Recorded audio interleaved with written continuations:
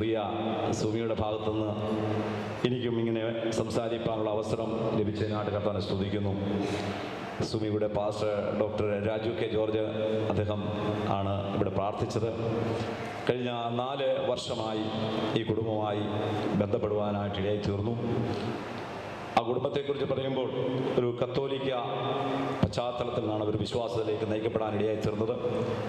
പ്രിയ സുമിയുടെ പിതാവിനെ ഞാൻ കണ്ടിട്ടില്ലെങ്കിലും അദ്ദേഹം കേരള ട്രാൻസ്പോർട്ട് സർവീസിലൊരു ഉദ്യോഗസ്ഥനായിരിക്കുമ്പോഴാണ് കർത്താവിനെ കണ്ടെത്തുവാൻ ഇടയായി തീർന്നത്. അങ്ങനെ താൻ ജോലി വിട്ട് കർത്താവിൻ്റെ വേലയ്ക്ക് വേണ്ടി ഇറങ്ങിത്തിരുവാൻ ഇടയായി തീർന്നു. തൻ്റെ സഹോദരങ്ങൾ ഇവിടെ ഉണ്ട്. വിവിധ തുറകളിലൊക്കെ അവരെ ജോലിയൊക്കെ ചെയ്ത ആളുകളാണ്. ആ പ്രിയപ്പെട്ടവർ ഇവിടെയുണ്ട്. അവരെല്ലാം കത്തോലിക്ക വിശ്വാസം തന്നെയായിരിക്കുന്നു. പ്രിയ സുമിയുടെ മാതാവിൻ്റെ സഹോദരങ്ങൾ ഇവിടെയുണ്ട്. അവർക്കും ചിലർക്കൊക്കെ കർത്താവിനെ കണ്ടെത്തുവാനുള്ള ഭാഗ്യം കർത്താവ് നൽകി. ആ കുടുംബത്തെക്കുറിച്ച് പറയുമ്പോൾ വിശേഷാൽ വിവാഹത്തിലും മരണത്തിലും ഒക്കെ ചിലപ്പോൾ അതിശയോക്തി പറയുന്ന വേദികളായി പലതും മാറുമ്പോൾ ഇന്ന് ഞങ്ങൾ ഇവിടെ പറയുന്നതായ കാര്യങ്ങൾ ഒട്ടും അതിശയോക്തിയല്ല. കഴിഞ്ഞ 4 വർഷമായി കർത്താവിൻ്റെ ദാസൻ ഡോക്ടർ രാജു കെ ജോർജ് തൻ്റെ ഔദ്യോഗികമായ ജോലിയുള്ള ബന്ധത്തിൽ പലയിടത്തും കടന്നു പോകുമ്പോൾ ഞാൻ അവിടെ കടന്നുപോയി ആരാധന നടത്താറുണ്ട്. ആ കുടുംബത്തെക്കുറിച്ച് ഞാൻ തിരുവനന്തപുരം ഭാഗത്ത് കല്ലുമല ദേവസ്വയുടെ ആ സെക്ഷനുള്ള ചാർജിൽ ബന്ധപ്പെട്ട് അവിടെ പോകുമ്പോൾ പലരിൽ നിന്നും കേട്ടതായ സാക്ഷ്യവും വളരെ മാതൃകാപരമായ കുടുംബ ജീവിതം നയിക്കുന്നൊരു കുടുംബമാണ്. അവരുടെ ഭവനത്തിൽ തന്നെയാണ് ഞായറാഴ്ച ആരാധന നടക്കുന്നത്. 4 സഹോദരിമാർ, ആ മാതൃ സഹോദരി കുടുംബം അവർ ഒന്നിച്ചവിടെ ഇരുന്ന് ആരാധിക്കുമ്പോൾ അന്ന് അവിടെ ആരാധന നടത്തുക എന്ന് തന്നെ പറഞ്ഞാൽ ഒരാത്മീയ സന്തോഷമാണ്, ഒരാത്മീയ ചൈതന്യം ലഭിക്കുന്നത്. വളരെ പത്യോപദേശത്തിലും ദൈവകൃപയിലും മാത്രമല്ല, ഈ 4 സഹോദരിമാരും വെള്ള വസ്ത്രധാരികളായി അവിടെ വന്നിരുന്ന് ദൈവത്തെ ആരാധിക്കുന്നത് തന്നെ ഒരു ദൈവത്തിൻ്റെ സാന്നിധ്യം കാണുവാനായിട്ട് കഴിയും. എല്ലാ ദിവസവും ഈ കുഞ്ഞുങ്ങളെ ഓർത്ത് പ്രാർത്ഥിക്കും. കാരണം അവർ വിശ്വാസത്തിന് വേണ്ടി ഇറങ്ങി തിരിച്ച് ശക്തമായ കത്തോലിക്ക പാരമ്പര്യത്തിൽ നിന്ന് പുറത്തു വന്ന് ദൈവത്തെ ആരാധിക്കാൻ വന്നെങ്കിൽ ദൈവത്തിൻ്റെ സമയത്ത് ദൈവം അവർക്ക് വേണ്ടി ഒരുക്കുമെന്ന് ഞങ്ങൾക്ക് പൂർണ്ണമായ നിശ്ചയമുണ്ടായിരുന്നു. അങ്ങനെ ദൈവത്തിൻ്റെ സമയമായപ്പോൾ ദൈവം അവർക്ക് വേണ്ടി എന്ന് പ്രിയ സഹോദരനെ ദൈവം ഒരുക്കി കൊടുത്തു. പ്രിയപ്പെട്ടവന് ഈ പ്രിയ സുമി ഒരനുഗ്രഹ വിഷയമായി തീരുമെന്നുള്ളതിന് യാതൊരു സംശയവുമില്ല. ആ കുടുംബം ഇന്ന് ഇവിടെ ആ കുടുംബ ജീവിതം ആരംഭിക്കുമ്പോൾ തീർച്ചയായിട്ടും അവരുടെ സഭയ്ക്ക് തന്നെ ഈ മകൾ ഒരു അനുഗ്രഹ വിഷയമായി തീരുമെന്ന് പറയുന്നതിനകത്ത് ഒട്ടും അതിശയോക്തിയില്ല. എൻ്റെ മുമ്പിൽ എൻ്റെ പിന്നാലെ ദൈവദാസന്മാർ, ശക്തരായ ദൈവദാസന്മാരുണ്ട്. ദൈവവചനം പറയുന്ന ദൈവദാസൻ പാസ്റ്റർ പി.സി. ചെറിയാനുണ്ട്. മൃത്യാൽ കർത്താവദാസനെ എല്ലാം ഓർത്ത് കർത്താവിനെ സ്തുതിക്കും നിലയിലേക്കാണ് ഈ പ്രിയപ്പെട്ടവർ എത്തിപ്പെടുന്നത്. ഇവിടെ മറ്റ് ഭാഗ്യമായ ഒരു കാര്യങ്ങളുമില്ല. ദൈവ സാന്നിധ്യമാണ് ഇവിടുത്തെ ഏറ്റവും പ്രധാന വിഷയമെന്ന് പറയുന്നത്. ദൈവ സാന്നിധ്യമാണ്. പലപ്പോഴും ദൈവ സാന്നിധ്യം ഇല്ലാത്ത പല വിവാഹങ്ങളും നടക്കുമ്പോൾ ഇന്ന് തീർച്ചയായിട്ടും കർത്താവിൻ്റെ സാന്നിധ്യം നമ്മുടെ മധ്യത്തിലുണ്ട്. അത് കർത്താവിൻ്റെ ദാസന്റെ അദൃശ്യമായ ബലഹീനമായ കരങ്ങളാണെങ്കിൽ അദൃശ്യനായ ദൈവത്തിൻ്റെ അതേ സാന്നിധ്യമാണ് ഇവരെ യോജിപ്പിക്കുന്നത്. നാം പഠിക്കുമ്പോൾ വേദപുസ്തകം ആരംഭിക്കുന്നത് തന്നെ അതേ ഉൽപ്പത്തി പുസ്തകത്തിൽ ഒരു വിവാഹത്തോടും ആ വിവാഹം നടത്തിക്കൊടുത്തത് ദൈവമാണ്. വേദപുസ്തകത്തിന്റെ അവസാന പുസ്തകമായ വെളിപ്പാട് പുസ്തകത്തിലും ഒരു വിവാഹത്തെക്കുറിച്ച് നമുക്ക് കാണുവാനായിട്ട് കഴിയുന്നുണ്ട്. ഇന്ന് പകൽക്കാലം കുടുംബ ജീവിതം എന്ന് പറയുന്നത് ദൈവത്താൽ ആരംഭിക്കുന്ന കുടുംബ ജീവിതം ഒരിക്കലും പരാജയത്തിലേക്ക് നയിക്കപ്പെടാനായിട്ട് ഇടയായി തീരുകയില്ല. ഈ പകൽവേളയിൽ ഞങ്ങളെ കേൾക്കുന്ന പ്രിയപ്പെട്ടവരെ, ഇവിടെ ഒന്നും കാണുവാനായിട്ട് കഴിയുന്നില്ല. നമുക്കറിയാം, ലോകത്തിൽ നടന്ന പല വിവാഹങ്ങളും ആകാശത്തില്, കടലിനടിയില്, അതുപോലെ ട്രെയിനില്, ഏതെല്ലാം തരത്തിൽ വിവാഹങ്ങൾ നടന്നിട്ടുണ്ട്. ലോകം കണ്ടിട്ടുള്ളതിൽ വെച്ച് ഏറ്റവും വലിയ വിവാഹമായിരുന്നു ചാൾസ് ഡയാനയുടെ വിവാഹം. അത് പരാജയത്തിലേക്ക് നയിക്കപ്പെടാനായിട്ട് ഇടയായി തീർന്നു. അപ്പോൾ പരിശുദ്ധാത്മാവാണ് ഇന്നിവരെ കൂട്ടി യോജിപ്പിക്കുന്നത്. ദൈവത്തിന്റെ വചനം പറയുന്നത് മുപ്പിരി ചരട് വേഗത്തിൽ അറ്റുപോകുകയാണ്. ഇന്ന് പകൽക്കാലം പരിശുദ്ധാത്മാവ് തന്നെ ഇവരെ യോജിപ്പിക്കുമ്പോൾ കുടുംബ ജീവിതം ആരംഭിക്കുകയാണ്. മൂന്നാമനായി കർത്താവാണ് ഇവരെ ഇവരോട് കൂടെ ഇരിക്കുന്നത്. ഇവരുടെ കുടുംബ ജീവിതത്തിൽ എല്ലായിടത്തും കർത്താവ് ഇവരോട് കൂടെയുണ്ട്. ഇന്ന് പകൽക്കാലം അതേ ഈ വിവാഹത്തിൽ പങ്കെടുക്കുന്ന എല്ലാവർക്കും ഒരു പുതിയ അനുഭവം ഉണ്ടാകാൻ ഇടയായിട്ടുണ്ട്. നമുക്കറിയാം ഇന്നത്തെ അതേ തലമുറകളും കുടുംബ ജീവിതങ്ങളെ കുറിച്ചൊക്കെ പഠിക്കുമ്പോൾ പരാജയത്തിന്റെ വക്കിലേക്ക് എത്തിക്കൊണ്ടിരിക്കുകയാണ്. കേരളക്കരയിൽ അതേ വിവാഹമോചനം അതേ പാശ്ചാത്യ രാജ്യങ്ങളെ പോലെ തന്നെ ഇവിടെ എത്തിക്കൊണ്ടിരിക്കുന്നു. കാരണം നിസ്സാരമായ വിഷയങ്ങൾക്ക് പോലും പെന്തക്കോസുകാരുടെ ഇടയിൽ പോലും വേർപെട്ടവരുടെ ഇടയിൽ പോലും ഇപ്പോൾ വിവാഹമോചനം വന്നുകൊണ്ടിരിക്കുകയാണ്. ഇന്ന് പകൽക്കാലം ദൈവമാണ് ഇവരെ കൂട്ടി യോജിപ്പിച്ചതെങ്കിൽ ഒരു കാലത്തും ഇവർക്ക് അതേ ഇനി വേർപിരിക്കാനായിട്ട് കഴിയില്ല. നമ്മൾ പഠിക്കുമ്പോൾ ഭാര്യയുടെയും ഭർത്താവിന്റെയും കടപ്പാടുകളൊക്കെ ദൈവവചനത്തിൽ വളരെ വ്യക്തമായി രേഖപ്പെടുത്തിയിട്ടുണ്ട്. ഈ പകൽവേളയിൽ പ്രിയപ്പെട്ടവരെ ഇവിടെ കർത്താവിന്റെ ദാസൻ ഓർപ്പിച്ച പോലെ സ്നേഹിക്കുക എന്ന് കാണുവാനായിട്ട് കഴിയും. ഞങ്ങളുടെ ഒരു വിവാഹത്തിൽ കർത്തരുടെ സന്നിധിയിൽ വിശ്രമിക്കുന്ന കല്ലുമല അച്ചായൻ നടത്തിയ വിവാഹം ചില വർഷങ്ങൾക്ക് മുമ്പ് തിരുവല്ലായിലായിരുന്നു. ഞാനും ആ വിവാഹത്തിൽ പങ്കെടുത്തിരുന്നു. അമേരിക്കയിലുള്ള ഡോക്ടറാണ്. അദ്ദേഹം പറഞ്ഞു, ഇന്ന് എൻ്റെ വിവാഹത്തിൽ 45-ാം സങ്കീർത്തനമല്ല വായിക്കേണ്ടത്, 1 കൊരിന്ത്യർ 13-ാം അധ്യായം വായിക്കണം.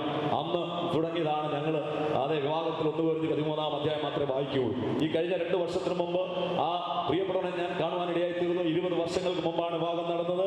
അതെ, താൻ പറഞ്ഞു, ഇന്നും ഞങ്ങളുടെ ജീവിതം ഈ 1 കൊരിന്ത്യർ 13-ാം അധ്യായത്തിന്റെ അവസ്ഥയിൽ തന്നെ മുൻപോട്ട് പോയിക്കൊണ്ടിരിക്കുകയാണ്. സ്നേഹമാണ് ഏറ്റവും വലിയ കാര്യം. പ്രിയപ്പെട്ടവരെ, സ്നേഹം, പരസ്പരം സ്നേഹിക്കുക. 13-ാം അധ്യായം 13 വാക്യങ്ങൾ. ആകയാൽ വിശ്വാസം, പ്രത്യാശ, സ്നേഹം, ഇവയിൽ വലിയതോ സ്നേഹമാണ്. അതുകൊണ്ട് ഇന്ന് പകൽക്കാലം ആ സ്നേഹമെന്ന് പറയുന്നത് ഭാഗ്യമായ ഒരു കാര്യമല്ല. ഒരുപക്ഷെ ഇവരുടെ വിദ്യാഭ്യാസത്തിലുള്ള സ്നേഹമല്ല, അതേ പാരമ്പര്യത്തിന്റെ സ്നേഹമല്ല, പണത്തിന്റെ സ്നേഹമല്ല, കർത്താവിനോടുള്ള സ്നേഹമാണ് ഇവരെ കൂട്ടി ഉറപ്പിക്കുന്നത്. ഇന്ന് പകൽക്കാലം ആ സ്നേഹം വരാമെങ്കിൽ അധ്യായങ്ങളൊക്കെ പഠിക്കുമ്പോൾ സ്നേഹമെല്ലാം പൊറുക്കുന്നു, സ്നേഹമെല്ലാം ക്ഷമിക്കുന്നു, എല്ലാം സഹിക്കുന്നു. അതാണ് യഥാർത്ഥ ക്രിസ്തീയ ജീവിതം. അത് കർത്താവ് ഉള്ളിലേക്ക് വരുമ്പോൾ ആ സ്നേഹത്തിന്റെ ആഴങ്ങളിലേക്ക് വരുവാൻ ഇടയായിത്തീരും. ഇന്ന് നമ്മൾ പഠിച്ചാൽ ലോകത്തോട് പറ്റുമാനപ്പെടുകയാണ്. കർത്താവിന്റെ സ്നേഹം പറയുന്നതിന്റെ ഏറ്റവും വലിയ തെളിവാണ് ലോക സ്നേഹം എന്ന് പറയുന്നത്. ഇത് വന്നുകൊണ്ടിരിക്കുകയാണ്. അതുകൊണ്ട് ഇന്ന് നമ്മുടെ സ്ത്രീ സഹോദരി മാന്യമായ വസ്ത്രമൊക്കെ ധരിച്ച് അതേ വളരെ മുഖം തന്നെ ഒരു തേജസ്സോടെ. ഒരിക്കൽ കല്ലുമല അച്ചാൻ നടത്തിയ ഒരു വിവാഹത്തിൽ ഞാൻ ഇങ്ങനെ കേൾക്കുവാനിടയായി തീർന്നു. അതേ വിവാഹ ശുശ്രൂഷ നടത്തി കൊടുക്കുന്ന ദൈവദാസൻ ഉഭയസമ്മതത്തിന്റെ വാക്കുകൾ ആ അന്നത്തെ വരനോട് പറഞ്ഞപ്പോൾ വരൻ പറഞ്ഞു, ഇവളെ എന്റെ ഭാര്യയായി സ്വീകരിക്കാൻ കഴിയില്ലെന്ന് പറഞ്ഞു. എന്താ കാര്യമെന്ന് ചോദിച്ചപ്പോൾ വിവാഹ ഉറപ്പിന് കണ്ട അതേ വധുവല്ല, അന്ന് കണ്ട മകളല്ല ഇപ്പോഴെന്ന് പറഞ്ഞു.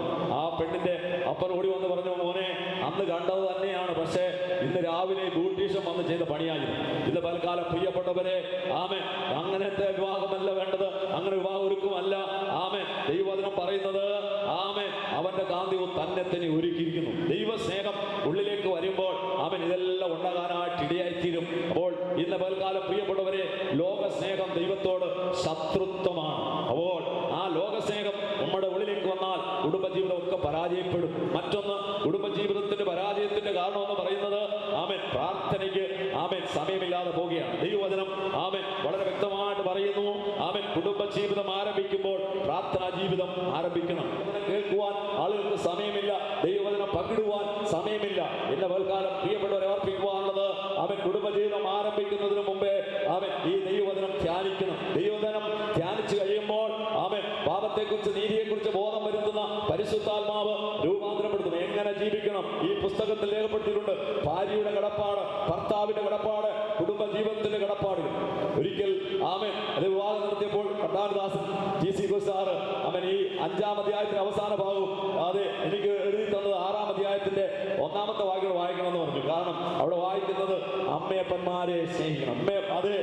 പ്രിയപ്പെട്ടവരെ, ഇന്ന് അമ്മയപ്പന്മാരെ നോക്കാൻ കഴിയാത്ത ഒരു കാലഘട്ടം വന്നിരിക്കുന്നു. കഴിഞ്ഞ ദിവസങ്ങളിൽ നിങ്ങൾ പത്രത്തിൽ വായിച്ചാൽ വൃദ്ധസദനം ഏറ്റവും വർദ്ധിച്ചു വന്നിരിക്കുകയാണ്.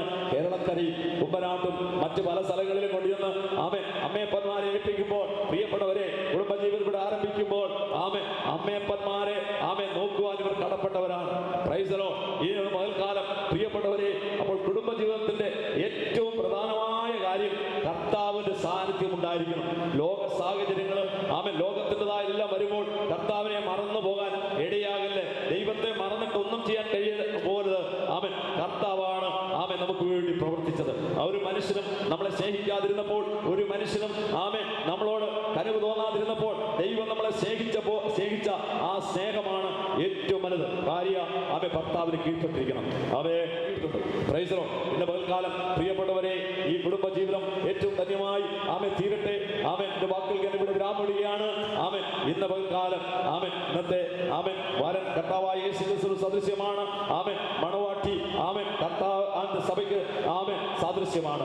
എത്രയും വേഗം ആമേൻ അത് കർത്താവായ യേശു ക്രിസ്തു ആമേൻ തന്റെ സഭയിൽ ചേർക്കാനായിട്ട് വരും. ഈ വിവാഹത്തിൽ പങ്കെടുക്കുവാൻ കടന്നു വന്ന എല്ലാ പ്രിയപ്പെട്ടവരും ആമേൻ ഇന്ന് ഇവർക്ക് വേണ്ടി ഒരുക്കിയതായ ഈ സ്ഥലത്തേക്ക് ഇവർ മാത്രമേ വന്നിരുന്നുള്ളൂ. മറ്റാർക്കും വരാനായിട്ട് കഴിയില്ല. കാരണം കഴിഞ്ഞ ദിവസത്തിൽ ഇവരുടെ വിവാഹം നിശ്ചയം കഴിഞ്ഞു. ഇതുപോലെ ആമേൻ ഇന്ന് പകൽക്കാലത്തിൽ പങ്കെടുത്ത ആരെങ്കിലും ആമേൻ അത് ജീവിതത്തിൽ ഒരു തീരുമാനം എടുക്കുവാൻ ആമേൻ നിങ്ങൾ തയ്യാറാകുന്നെങ്കിൽ ആമേൻ കർത്താവായ യേശു വരുമ്പോൾ ആമേൻ ആമേൻ മകൻ ദിനത്തിൽ ആമേൻ നിങ്ങൾക്ക് കർത്താവിനോടുകൂടി ആമേൻ ചേരുവാനായിട്ട് കഴിയും. എന്റെ വാക്കുകൾക്ക് വിരാമപ്പെടട്ടെ. ആമേൻ. തിരുവനന്തപുരം ആമേൻ സെക്ഷന്റെ പേരിലും കല്ലുമല ദൈവസഭയുടെ എല്ലാ ആമേൻ ദൈവദാസന്മാരുടെ പേരിലും എല്ലാ മംഗളങ്ങളും ആമേൻ ആശംസിക്കുന്നു. ഇവരുടെ കുടുംബജീവിതം ധന്യമായി തീരട്ടെ.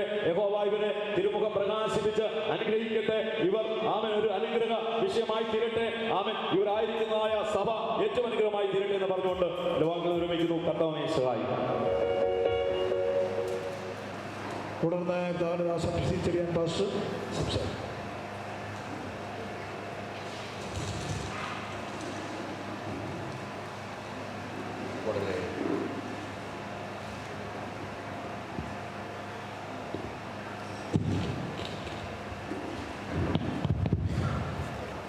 വളരെ സന്തോഷം നിറഞ്ഞു നിൽക്കുന്ന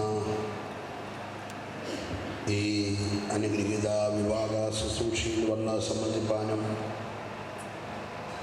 ചില മിനിറ്റുകൾ ദൈവവചനം ഷെയർ ചെയ്യുവാനും ലഭിച്ച അവസരത്തിനായി ഞാൻ ദൈവത്തിന് സ്തോത്രം ചെയ്യുന്നു. ഈ അനുഗ്രഹീത ശുശ്രൂഷകൾക്ക് നേതൃത്വം കൊടുക്കുന്ന പാമ്പാടി ഈസ്റ്റ് ഡിസ്ട്രിക്റ്റിൻ്റെ ചുമതല വഹിക്കുന്ന ബഹുമാനായ കർത്താവദാസൻ പാസ്റ്റർ ബാബു വർഗീസ് അവറുകൾ, ബഹുമാന്യ Devadasan doctor Raju K George അവറുകൾ, എനിക്ക് മുമ്പ് ദൈവവചനം സംസാരിച്ച അനുഗ്രഹ ദൈവദാസൻ പാസ്റ്റർ സജി കുര്യൻ, ഈ വിവാഹം ആസ്വദിക്കുന്ന കർത്താവിൻ്റെ വിലപ്പെട്ട ദാസൻ ചർച്ച് ബോർഡിൻ്റെ അഡ്മിനിസ്ട്രേറ്റീവ് അസിസ്റ്റൻ്റ് ബൈറച്ചി, കുഞ്ഞുങ്ങളെ തലയിൽ കൈവച്ച് അനുഗ്രഹിച്ച് പ്രാർത്ഥിക്കുന്ന പാസ്റ്റർ എബ്രഹാം മാത്യു, വേദിയിലും സദസ്സിലുമായി വളരെ സ്നേഹബന്ധമുള്ള ശ്രേഷ്ഠന്മാരായ നിരവധി കർത്തൃദാസന്മാരുണ്ട്. അവരുടെ എല്ലാം പേര് പറഞ്ഞാൽ എനിക്ക് ലഭിച്ച 15 മിനിറ്റ് അതിനെ കാണത്തുള്ളത് കൊണ്ട് ഞാൻ ആരുടെയും പേര് പറയാത്തതിൽ ക്ഷമിക്കുക. എല്ലാ ദൈവത്തിൻ്റെ ദാസന്മാർക്കും ഇന്ന് വിവാഹിതരാകുവാൻ പോകുന്ന വാത്സല്യ കുഞ്ഞുങ്ങൾ പ്രിയ സ്കറിയാടി വർഗീസ്, പാസ്റ്റർ ആൻഡലിൻ, സുമി ജോൺ, അവരുടെ മാതാപിതാക്കൾ,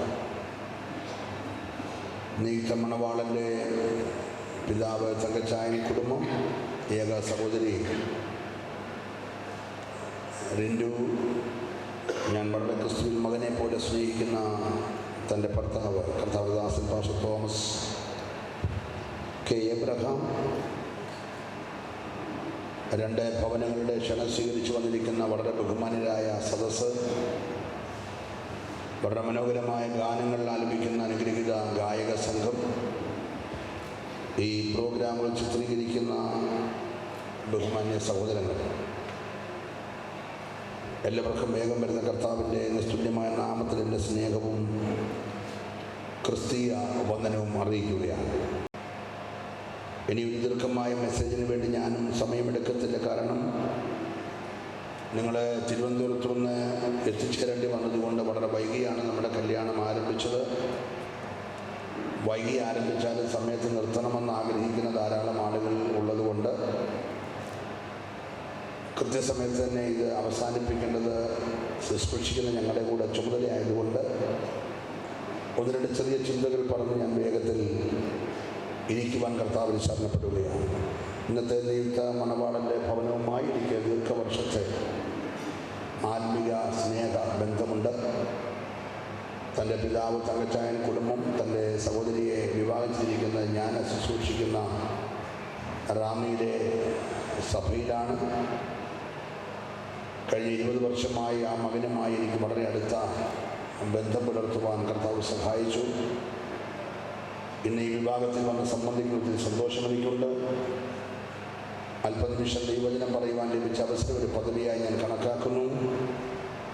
ദൈവം കുഞ്ഞുങ്ങളെ ധാരാളമായിട്ട് അനുഗ്രഹിക്കുമാറാകട്ടെ. 17-ാം നൂറ്റാണ്ടിൽ ജീവിച്ചിരുന്ന സെന്റ് അഗസ്റ്റിൻ എന്ന ഭക്തനായ മനുഷ്യൻ്റെ അടുക്കൽ വിവാഹം കഴിക്കാൻ പോകുന്നൊരു ചെറുപ്പക്കാരൻ ചെന്ന് ചോദിച്ചു, അല്ലയോ സെന്റ് അഗസ്റ്റിൻ, എന്തിനാണ് മനുഷ്യൻ വിവാഹം കഴിക്കുന്നത്? സെന്റ് അഗസ്റ്റിൻ പറഞ്ഞ മറുപടി വളരെ ശ്രദ്ധേയമാണ്. മകനെ, ദൈവമെന്ന് പറഞ്ഞാൽ സ്നേഹമാണ്. സ്വർഗത്തിലോ ഭൂമിയിലോ മറ്റേ ഏതെങ്കിലും ഗ്രഹത്തിലോ നിറഞ്ഞൊഴുകുന്ന ദൈവസ്നേഹം പകരുവാൻ ഒരു പാത്രം ദൈവം അന്വേഷിച്ചിട്ട് ഒരു പാത്രവും ദൈവം കാണാതെ വന്നപ്പോൾ ദൈവം തന്നെ ഈ ഭൂമിയിൽ ഇറങ്ങി വന്ന് തൻ്റെ സ്നേഹം മുഴുവൻ പകരേണ്ടതിനായിട്ട് കൈകൊണ്ട് മണ്ണുകൊണ്ട് ഒരു പാത്രം ഉണ്ടാക്കി. അതാണ് മനുഷ്യൻ. ആ മനുഷ്യൻ്റെ അകത്ത് ദൈവസ്നേഹം നിറഞ്ഞു തുളുമ്പിയപ്പോൾ പകരാൻ ദൈവം മറ്റൊരു പാത്രം അന്വേഷിച്ചിട്ട് ലോകത്തിലെ സകല ജീവജാലങ്ങളെ ഈ മനുഷ്യൻ്റെ മുമ്പിലൂടെ കടത്തിവിട്ടു. പക്ഷെ അതൊന്നും അവൻ്റെ സ്നേഹം പകരാൻ കൊള്ളാവുന്ന പാത്രമായി അവൻ കാണാതെ വന്നപ്പോൾ ഓരോന്നിനും ഓരോ പേരിട്ടവൻ പറഞ്ഞു വിട്ടു. വീണ്ടും അവൻ ഒറ്റയ്ക്കായപ്പോൾ സ്നേഹനിധിയായ ദൈവം മനുഷ്യൻ്റെ അകത്തുനിന്ന് നിറഞ്ഞൊഴുകുന്ന സ്നേഹം പകരാൻ അവനൊരു ഗാഠത്തിൽ വരുത്തിയിട്ട് അവൻ്റെ അകത്തു നിന്ന് മറ്റൊരു പാത്രത്തെ പുറത്തെടുത്തു. അതാണ് ഭാര്യ. ആ സ്നേഹം പ്രദർശിപ്പിക്കാൻ കഴിയാതെ വരുമ്പോഴാണ് കുടുംബ ബന്ധങ്ങൾ ശിഥിലമായി മാറുന്നത്. കഴിഞ്ഞ ദിവസം കേരളത്തിൻ്റെ 14 റവന്യൂ ജില്ലകളിൽ വയനാടെന്ന കൊച്ചു ജില്ലയിൽ, മഞ്ചേരി, മലപ്പുറം ഉൾപ്പെടുന്ന വയനാട് ജില്ലയിൽ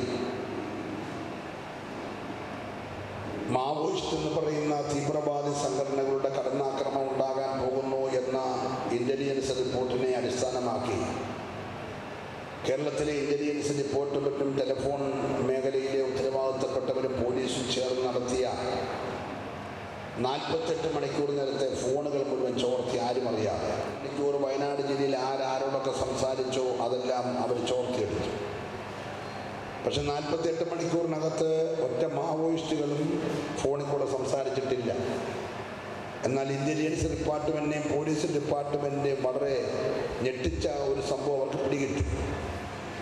42.5% വിവാഹം കഴിഞ്ഞ സ്ത്രീകൾ സ്വന്തം ഭർത്താക്കന്മാരെ അല്ലാത്തവരെ രാത്രി 9 മണിക്കും രാവിലെ 2 മണിക്കും ഇടയ്ക്കും ടെലിഫോൺ ചെയ്തിട്ടുണ്ട്. 47% പുരുഷന്മാർ, കല്യാണം കഴിഞ്ഞ പുരുഷന്മാർ രാത്രി 9-നും രാവിലെ 2 മണിക്കും ഇടയ്ക്ക് അന്യ സ്ത്രീകളെ ഫോൺ ചെയ്തിട്ടുണ്ട്. ഞെട്ടിക്കുന്ന വാർത്ത അവരെ പുറത്ത് പ്രസിദ്ധീകരിക്കുകയുണ്ടായി. പ്രിയമുള്ളവരെ, എവിടെയാണ് കുടുംബ ബന്ധങ്ങൾ ശിഥിലമാകുന്നതെന്ന് ഇന്ന് പകൽക്കാലം മറന്നു പോകരുത്. ഞാൻ നിങ്ങളെ ഒരു വാക്യം വായിച്ച് കേൾപ്പിക്കുന്നു. യെശയ്യാ പ്രവാചകന്റെ പുസ്തകം 51-ാം അധ്യായത്തിൻ്റെ 20-ാമത്തെ വാക്യം. നിന്റെ മക്കൾ ബോധം കെട്ടു, വലയിൽ അകപ്പെട്ടു, മാനെന്ന പോലെ വീഥികളുടെ തലയ്ക്കലെല്ലാം കിടക്കുന്നു. അവർ യഹോവയുടെ ക്രോധവും നിന്റെ ദൈവത്തിൻ്റെ പ്രസന്നവും കൊണ്ട് നിറഞ്ഞിരിക്കുന്നു. ആകയാൽ അരിഷ്ടതയും വീഞ്ഞു കുടിക്കാതെ ലഹരി പിടിച്ചവളുമായുള്ളവേ, ഇത് കേട്ടുകൊള്ളുവേ. നിന്റെ മക്കൾ വലയിൽ അകപ്പെട്ടു. മാനിനെ പോലെ ബോധം കെട്ട് വഴിത്തലക്കിലെല്ലാം കിടക്കുന്നു. വല എല്ലാവർക്കും പരിചയമുള്ള ഒന്നാണല്ലോ. വലയുടെ ഇംഗ്ലീഷ് പദമാണ് നെറ്റ് എന്ന് പറയുന്നത്. നിന്റെ മക്കൾ നെറ്റിനകത്ത് അകപ്പെട്ടു എന്ന് യെശയ്യാവ് യേശു ക്രിസ്തുവിൻ്റെ ജന്മത്തിന് 600 വർഷം പുറകിൽ എഴുതി വച്ചിരിക്കുകയാണ്. എന്താണ് വല നിർമ്മിക്കുന്ന ആളിൻ്റെ പേര്? ഞങ്ങളുടെ റാന്നിലൊക്കെ എട്ടുകാലി എന്ന് പറയും, തിരുവനന്തപുരത്ത് ചെലന്തി എന്നാണെന്നാണ് എൻ്റെ അറിവ്. എന്തുമാട്ടെ, ഒന്നീ ചെലന്തി അല്ലെങ്കിൽ എട്ടുകാലി. ഇതിൻ്റെ പരിപാടി ഞാൻ പ്രസംഗിച്ചുകൊണ്ടിരിക്കുമ്പോൾ അതാ എൻ്റെ ജോലി ചെയ്തുകൊണ്ടിരിക്കുക. ഏത് കൺവെൻഷൻ ചെന്നാലും 8 കാലി വല ഉണ്ടായിക്കൊണ്ടിരിക്കും, അതിന് വേറെ കാര്യമൊന്നുമില്ല. അപ്പോൾ ഒരറ്റം ഈ പൂവെ കൊണ്ട് കൊളുത്തിയിട്ട് ഒരറ്റം മേളിൽ കൊണ്ട് കൊളുത്തി, അങ്ങനെ 4 മൂലയ്ക്ക് എൻ്റെ വലയുടെ അറ്റം മുട്ടിച്ചിട്ട് 5 മിനിറ്റ് കൊണ്ട് ഒരൊറ്റ കറക്കം കറങ്ങിയാൽ നല്ലൊരു വലയുണ്ടാകും. ഈ ലൈറ്റിൻ്റെയൊക്കെ ഹാലജനല്ലേ, അതിൻ്റെ വെട്ടം വരുന്ന ഉടനെ ഏതെങ്കിലും പാവപ്പെട്ട ഈച്ചയോ പൂച്ചയോ വന്ന് എവിടെയെങ്കിലും ടച്ച് ചെയ്യും. അതാണല്ലോ ടച്ച്, മൊബൈൽ എവിടെയെങ്കിലും ടച്ച് ചെയ്യും. ടച്ച് ചെയ്യുന്നത് വാട്സപ്പിലാണോ, ഫേസ്ബുക്കിലാണോ, ഇൻ്റർനെറ്റിലാണോ, ട്വിറ്ററിലാണോ, ഏതെങ്കിലും ഒന്നിൽ ടച്ച് ചെയ്യും. ടച്ച് ചെയ്യുമ്പോൾ നടുക്കിരിക്കുന്ന 8 കാലിയുടെ പരിപാടി എൻ്റെ വലയിൽ ഏതോ ഒന്ന് ടച്ച് ചെയ്തല്ലോ, അവൻ ഇവിടുന്ന് ഒറ്റ ഓട്ടമാണ് നേരെ ചെന്ന് ടച്ച് ചെയ്തതിനെ വലയോട് ചേർത്തൊരു കെട്ട് കെട്ടും. പിന്നെ ആയുസി പോരാനൊക്കത്തില്ല. പിന്നെ അവൻ ചെവിക്കകത്ത് 2 കുന്തവും വെച്ച് വഴിയെ കൂടി ഇങ്ങനെ കുടുങ്ങി ആ ബോധം കെട്ട് മാനിനെ പോലെ. വാക്യം മനസ്സിലാകുന്നുണ്ടെന്ന് ഞാൻ വിശ്വസിക്കുന്നു. അങ്ങനെ നടന്ന് ഇപ്പം ദൈവത്തെയും വേണ്ട, ദൈവസഭയ്ക്ക് അകത്ത് വന്നാലും ഇവന്മാർ ഇതിനകത്താ ഈ കോഴി കാല ചകയുന്നതിൻ്റെ കൂട്ട് ഇതിനകത്ത് ഇങ്ങനെ മാന്തി ടച്ച് ചെയ്തുകൊണ്ടിരിക്കുകയല്ല 24 മണിക്കൂറും. അങ്ങനെ ഇരുന്നിട്ട് ഭാര്യയ്ക്ക് ഭർത്താവിനോട് മിണ്ടാൻ സമയമില്ല, ഭർത്താവിന് ഭാര്യയോട് മിണ്ടാൻ സമയമില്ല. എൻ്റെ അച്ഛാ എല്ലാം വലയ്ക്കകത്ത് അകപ്പെട്ട് കിടക്കുക. അതുകൊണ്ട് മക്കളെ, കുടുംബജീവിതം നന്നാകാനുള്ള ഒറ്റ മാർഗം ഈ വല ആദ്യം പൊട്ടിച്ച് പുറത്തു വരണം. വന്നാൽ തീർച്ചയായിട്ടും ഒന്നാമത്തെ കാര്യം കുടുംബജീവിതം അനുഗ്രഹമാകും. രണ്ടാമത്തെ കാര്യം ഞാൻ ഓർപ്പിക്കട്ടെ, ദൈവത്തെക്കുറിച്ചുള്ള ഭയം മനുഷ്യന് നഷ്ടപ്പെട്ട് കേട്ടോ. എന്താണ് ഏതിന് സംഭവിച്ചെന്നറിയാമോ? മനോഹരമായ തോട്ടം വേലി കെട്ടി തമ്പുരാൻ ഉണ്ടാക്കി മനുഷ്യനെ കൊണ്ട് അതിനാക്കി കഴിഞ്ഞപ്പോൾ തമ്പുരാൻ പറഞ്ഞു, മോനെ തോട്ടം സൂക്ഷിച്ചോണം. സൂക്ഷിക്കാഞ്ഞതുകൊണ്ട് നുഴഞ്ഞു കയറി അകത്ത് ആൾ വന്നു. ദൈവസഭയ്ക്കകത്തും ഇന്ന് നുഴഞ്ഞു കയറിയാണല്ലോ ആൾ വരുന്നത്. അങ്ങനെ നുഴഞ്ഞു കയറി ആളകത്ത് കയറിയിട്ട് ഒന്നാമത് അവൻ ചെയ്ത പരിപാടി ദൈവത്തോടുള്ള സ്നേഹത്തിന് സംശയം ഉണ്ടാക്കിച്ചു. അതുകൊണ്ട് അവൻ ചെയ്യാത്ത പാപങ്ങളില്ല.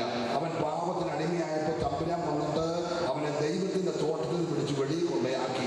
അങ്ങനെ പോയ മനുഷ്യനെ വീണ്ടെടുക്കാൻ ഉലകത്തിൽ ഒരു മനുഷ്യനെ കൊണ്ട് കഴിയാതെ വന്നപ്പോഴാണ് തമ്പുരാൻ തന്നെ മനുഷ്യനായിട്ട് ഇറങ്ങി വന്ന് ഈ മനുഷ്യന് വേണ്ടിയിട്ട് കാൽവറിയിൽ പടഞ്ഞ് മരിക്കേണ്ടി വന്നത്. മക്കളെ, നമ്മുടെ കുടുംബജീവിതത്തിനിടയ്ക്ക് ആരും നുഴഞ്ഞു കയറി വരാൻ ഇടയാകരുത്. കയറി വന്നാൽ തോട്ടത്തിൽ വെളിയിൽ പോകും, പിന്നെ ദൈവകോപം നമ്മുടെ മേൽ വരാൻ ഇടയായി തീരും. അങ്ങനെ വരാതിരിക്കാൻ നിങ്ങൾ തീർച്ചയായിട്ടും ദൈവത്തിനെ ആശ്രയിച്ചുകൊണ്ട് നിങ്ങളുടെ ജീവിതം കഴിക്കണമേ എന്ന് ഞാൻ വിശേഷാൽ ഓർപ്പിക്കുകയാണ്. ഞാൻ എല്ലായിടത്തും പറഞ്ഞൊരു കാര്യം നിങ്ങളോട് പറയുക. ഇന്നത്തെ ഏറ്റവും വലിയ പ്രശ്നമെന്ന് പറയുന്നത് വീടില്ലാത്തതോ, വണ്ടി 30 ലക്ഷം ജനങ്ങൾ വോട്ടുള്ളവരുള്ളൂ. അങ്ങനെ 3.5 കോടി ജനം മാത്രമുള്ള കൊച്ചു കേരളം ഒരു പാവയ്ക്ക പോലെ കിടക്കുന്നത്. നിങ്ങളെ പടമെടുത്ത് നോക്കിയാൽ മതി. മോളിൽ തൊട്ട് താഴെ വരെ 14 ജില്ല പാവയ്ക്കയുടെ രൂപത്തിൽ കൈപ്പായിട്ട് കിടക്കുകയാണ്. ഈ വെള്ളപ്പൊക്കമൊക്കെ ഉണ്ടായെങ്കിലും ആരും മര്യാദയൊന്നും പഠിച്ചിട്ടില്ല. ഇപ്പോഴും ആ സ്വഭാവത്തിന് വലിയ മാറ്റമൊന്നും വന്നിട്ടില്ല. നിങ്ങൾ ശ്രദ്ധിക്കണേ പ്രിയമുള്ളവരെ. അപ്പോൾ ഈ 3.30 കോടി ജനമുള്ള 14 കൊച്ചു റവന്യൂ